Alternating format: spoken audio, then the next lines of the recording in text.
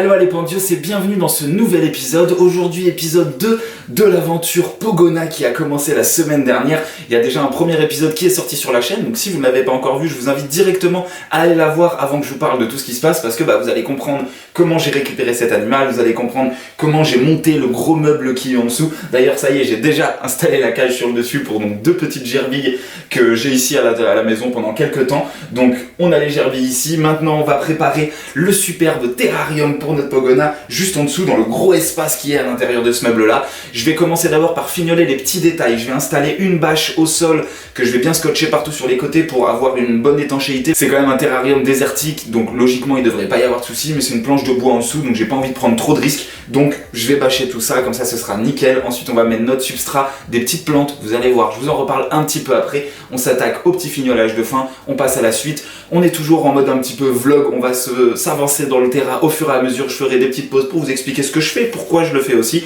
Et puis c'est parti, voilà, j'en peux plus, ça y est, il est temps de lui monter son terrarium, let's go, on y va.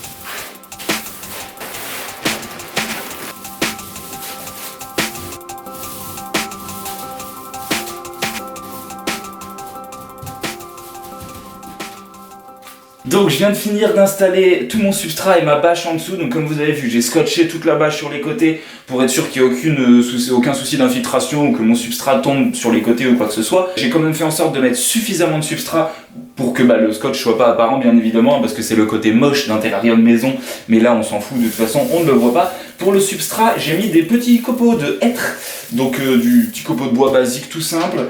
C'est pas le sol le plus esthétique du monde, ça c'est clair et net. Moi personnellement je suis pas fan, j'ai vraiment pris ça parce que j'avais pas le choix dans l'urgence, j'ai vraiment dû prendre ce que je trouvais, c'est vraiment ce que j'ai trouvé de mieux dans l'urgence on va dire. Mais de toute façon, je vous expliquerai ça tout à l'heure, mais le terrarium sera refait d'ici quelques mois, et là on fera un vrai sol, un vrai truc vraiment carré, vraiment esthétique. Là en gros, comme je le disais dans la vidéo de la semaine dernière, en fait, c'est que tout simplement ce terrain là, pour l'instant, pour les premiers mois, ça va être vraiment de la découverte pour moi, pour découvrir les réflexes de l'animal, découvrir aussi un petit peu comment fonctionne un terrarium, en fait, apprendre à gérer bien comme il faut mes températures, gérer... j'allais dire mon hygrométrie, il n'y a pas d'hygrométrie dans ce genre de terrarium, mais voilà, gérer tous les petits paramètres en fait qu'on a à gérer quand on a un terrarium et un reptile à la maison. Moi c'est nouveau pour moi, je découvre, donc il faut bien que j'apprenne. Donc pour l'instant je pars sur quelque chose de très simple, de vraiment fonctionnel pour que je puisse vraiment manipuler sans souci à l'intérieur, que j'ai pas de soucis avec mon animal, que je puisse tout observer. C'est des copeaux qui sont quand même assez gros, donc il y a vraiment très peu de chances pour que le Pogona les ingère en mangeant. De toute façon, je compte lui donner à manger à la pince, je compte pas forcément laisser les animaux en liberté, des criquets ou quoi que ce soit en liberté le temps qu'ils les mangent. Peut-être les premiers jours, le temps seulement qu'il apprenne un petit peu et qu'il se fasse à moi et à mes odeurs, ma façon d'arriver vers lui et tout ça, mais je pense qu'il n'y aura aucun souci, c'est quand même du bois, c'est un Pogona, c'est pas débile non plus, il se rendra bien compte qu'il mange du bois, il le gardera pas en bouche, donc il n'y aura pas de souci au niveau du sol. Donc je suis très content, j'ai utilisé quasi 30 litres, J'en ai gardé encore un petit peu parce que je vais avoir encore des petits trucs à mettre, on va essayer après avec le Skype de faire des petites hauteurs, des trucs comme ça. Je vous en dis pas plus pour l'instant, on va très vite avancer. La prochaine étape, ça va être d'y installer notre grosse racine. J'ai une racine énorme et je vais vraiment devoir commencer par ça, histoire de voir le rendu, voir vraiment à quoi ça va ressembler avec cette branche pour pouvoir organiser tout le reste du scape autour. Donc c'est parti, j'ajoute ma branche, j'en profite en même temps pour mettre mes roches, mes petites plantes et tout ça, je vous ferai un petit récap après. C'est parti, on y va direct.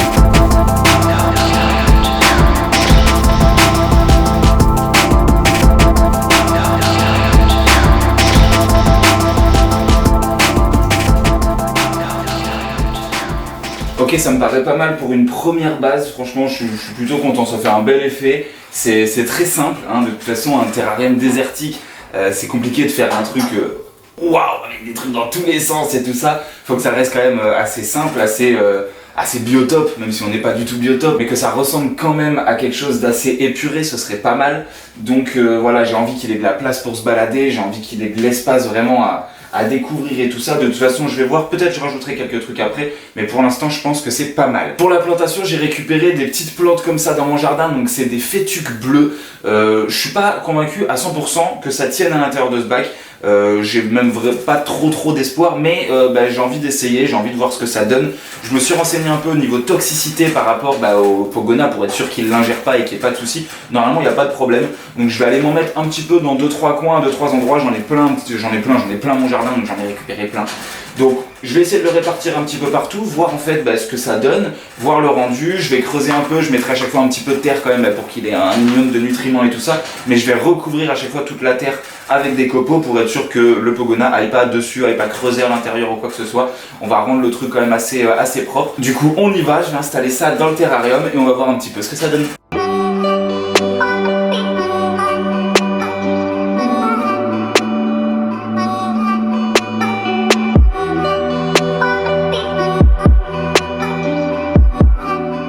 Ok, j'ai fini d'installer mes plantes, donc je les ai mis principalement du côté qui sera le côté froid du terrarium, le côté où il n'y aura pas de lampe chauffante.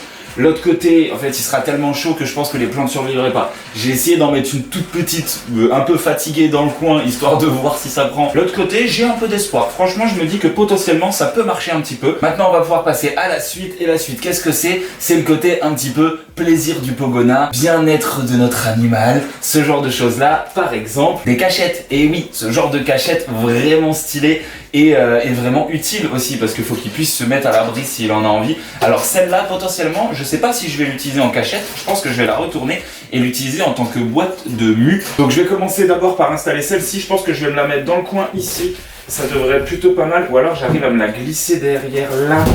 Si j'arrive à la mettre là, c'est cool, mais je pense que la branche va me gêner.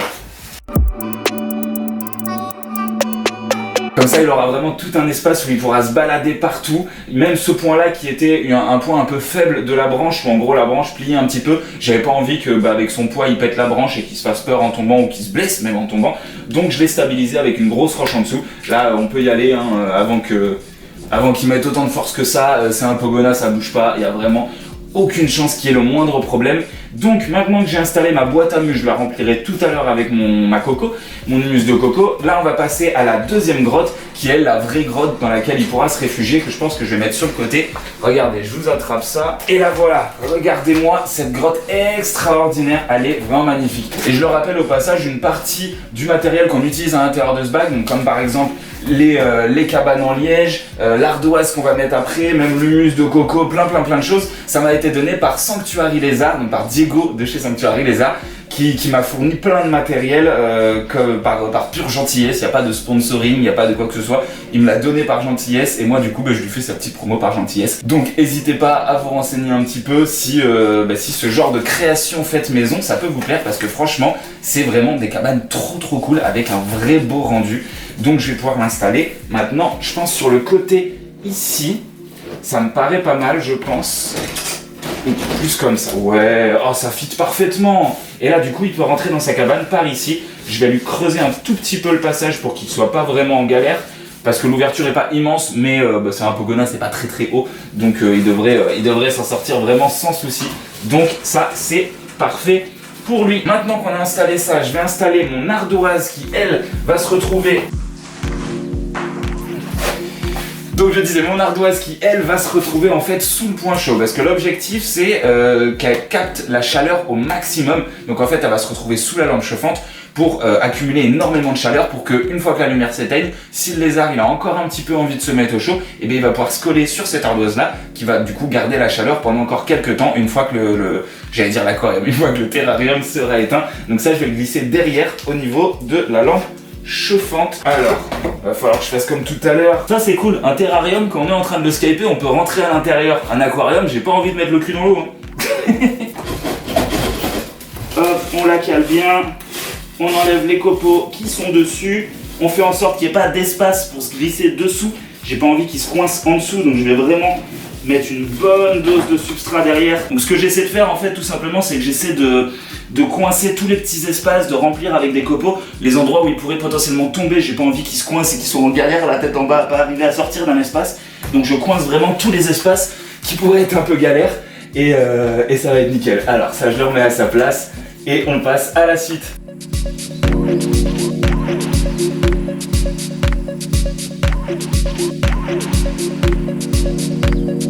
Et j'ai failli oublier d'ajouter la dernière pièce qui est cette magnifique racine. L'objectif, ça va être de le mettre en fait derrière, histoire de masquer un peu le fond qui clairement n'est pas le fond le plus esthétique du monde, encore une fois. Mais ça pareil, ce sera modifié sur ma version finale de ce terrarium quand je le referai dans quelques mois, parce que là j'ai pas envie de mettre des plaques de liège ou des trucs et que j'ai des insectes qui se coincent derrière, je sais pas, j'ai pas envie de prendre de risques pour l'instant, donc je n'ai pas de fond, pour l'instant c'est très bien. En plus ça me permet de faire des petites aérations parce que les plaques sont pas exactement collées, ça fait de la petite ventilation à l'intérieur du bac, donc du coup c'est nickel. Donc je vais caler ma petite branche derrière et ensuite on sera bon pour passer à l'étape finale. Ah, je vous parle en même temps. Pour passer à l'étape finale d'Ostera, parce que là clairement il nous manque seulement les gamelles et tout ça, mais ça je le mettrai à la fin. Ça fait pas vraiment partie du scape en lui-même, on va dire. Là j'ai bon, je l'ai posé, ça rend bien. Je vais le caler un petit peu plus pour être sûr que ça bouge pas. On va pouvoir passer juste après ça à la partie finale qui est l'ajout des vitres, parce qu'il faut bien clôturer ce terrarium encore une fois. Donc on va ajouter des petits rails, des vitres, mais pour ça il faut que j'aille couper mes vitres parce qu'elles sont trop grandes. Donc je vais aller m'occuper de tout ça. On se retrouve juste après pour parler un petit peu de notre animal et l'envoyer à l'intérieur de son nouveau terrarium. C'est parti. Oui.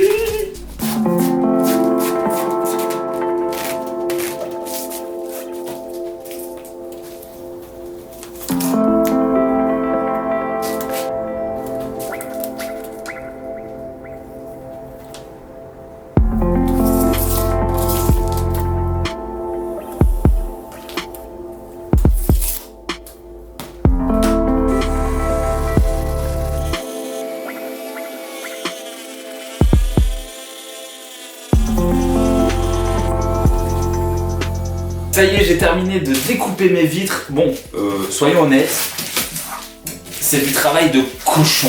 C'est vraiment très très moche, c'est pas droit, ça fait des jolies montagnes en soi. C'est bien, il y a des montagnes en Australie. Non, bon, en soi, c'est pas grave du tout parce qu'en fait, c'est la partie de la vitre qui va se retrouver du coup à chaque fois planqué dans le petit recoin ici derrière, donc on le verra jamais et moi juste je le sais, et enfin si, on le verra quand j'ouvrirai mon terra, mais quand j'ouvrirai mon terra, il n'y a que moi qui le vois, donc c'est pas très très grave. Voilà, on fait avec les talents qu'on possède, et clairement les talents pour découper du plexiglas, c'est pas vraiment dingue. Mais c'est pas grave, au moins c'est fait. Maintenant je vais pouvoir installer mes petits rails, donc c'est tout simple, en fait j'ai deux rails que je vais installer.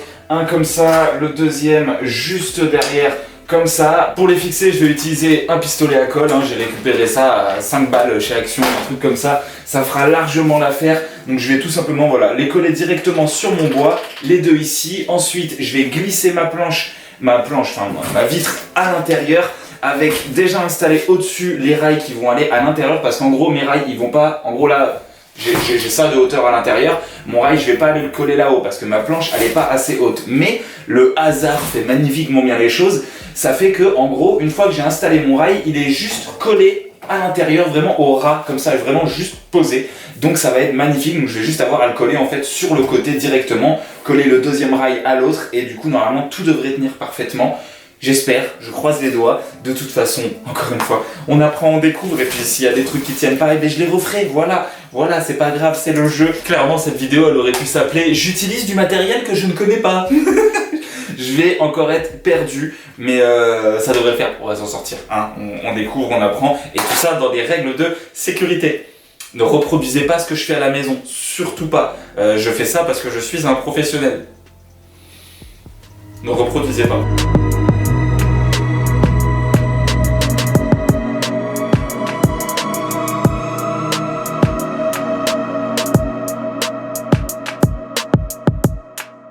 Et voilà, je viens de finir le terrarium dans son ensemble. Ça a été long, ça m'a pris toute la journée. Mais c'est fait, on a installé les rails. Enfin, c'est Madame Panda qui a installé les rails. parce que je suis nul avec un pistolet à colle, ok? J'y arrivais pas, j'étais en galère. Elle m'a dit t'inquiète, j'ai un bac +2 pistolet à colle. Et la preuve, elle nous a fait un rail magnifique. J'ai pu incruster mes petites vitres qui glissent à peu près toutes seules. Donc j'ai pas encore fixé le rail au-dessus. Ça, je pense que je vais attendre un petit peu. Pour l'instant, je laisse un peu libre. Je vais voir un petit peu au niveau parce que je vais avoir beaucoup de manipulations à faire. Donc voilà, ça je pense que je l'installerai un petit peu plus tard, mais tant que c'est fonctionnel, c'est le plus important. Donc je peux ouvrir pour l'instant. Donc pour les vitres, c'est du plexiglas un peu basique, hein, donc forcément ça se raye assez vite. Donc je vais pas avoir vraiment un truc super clean longtemps, il y a déjà des grandes rayures dessus.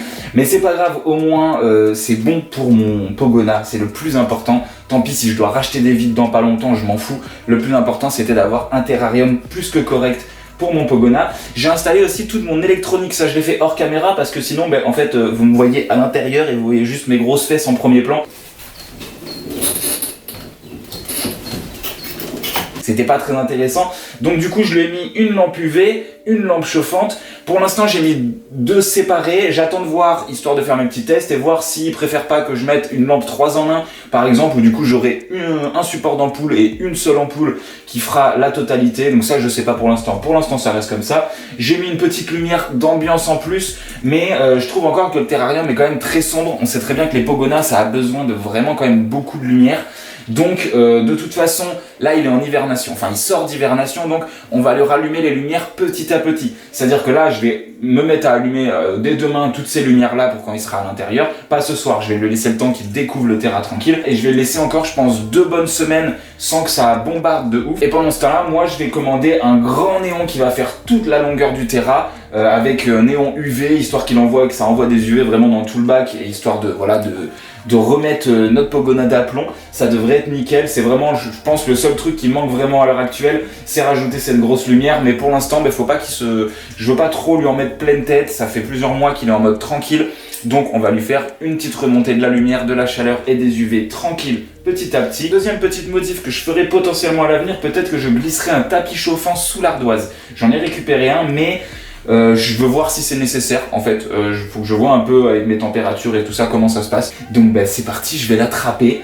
Je le sors direct, je vous le montre 2 minutes. A few moments later. Regardez-moi ce gros bébé. Ça y est, je commence à être un peu plus à l'aise avec lui pour le manipuler. Au début, j'osais pas trop le toucher et tout ça. Là, ça y est, ça commence à venir. Il s'accroche à moi. Il est bien, il a l'habitude. Je peux le manipuler vraiment sans souci. Il est tranquille. Du coup, j'ai eu des informations supplémentaires. Donc, c'est un Pogona qui a environ 2 ans. On n'a pas l'âge exact. La personne, en fait, dit qu'il l'avait depuis un peu plus d'1 an et demi. Le temps de la transition et tout ça, j'en ai déduit qu'on était à peu près à 2 ans. Il n'y a pas de date fixe, donc j'ai décidé de mettre une date fixe. Je l'ai récupéré le 8 février 2023. C'est 2 ans pour le 8 février 2023. Comme ça, je sais à peu près quand est-ce que sera son anniversaire. Pas que je vais lui faire des cadeaux et lui mettre un petit chapeau sur TikTok. Attention, quoique ça pourrait être marrant. Mais surtout pour avoir un suivi vis-à-vis de l'animal. Du coup, un magnifique Pogona taille adulte. Il va encore, je pense, grandir un petit peu. Mais là, il est bien, il est vraiment au max. Il a l'air en très très bonne santé, franchement, il est très très bien. Donc maintenant ce qu'on va faire, c'est qu'on va pas gueuler trop fort à côté de ses oreilles et je vais l'envoyer dans son nouveau terrarium pour qu'il découvre un petit peu tout cet univers. Attention les amis, c'est parti.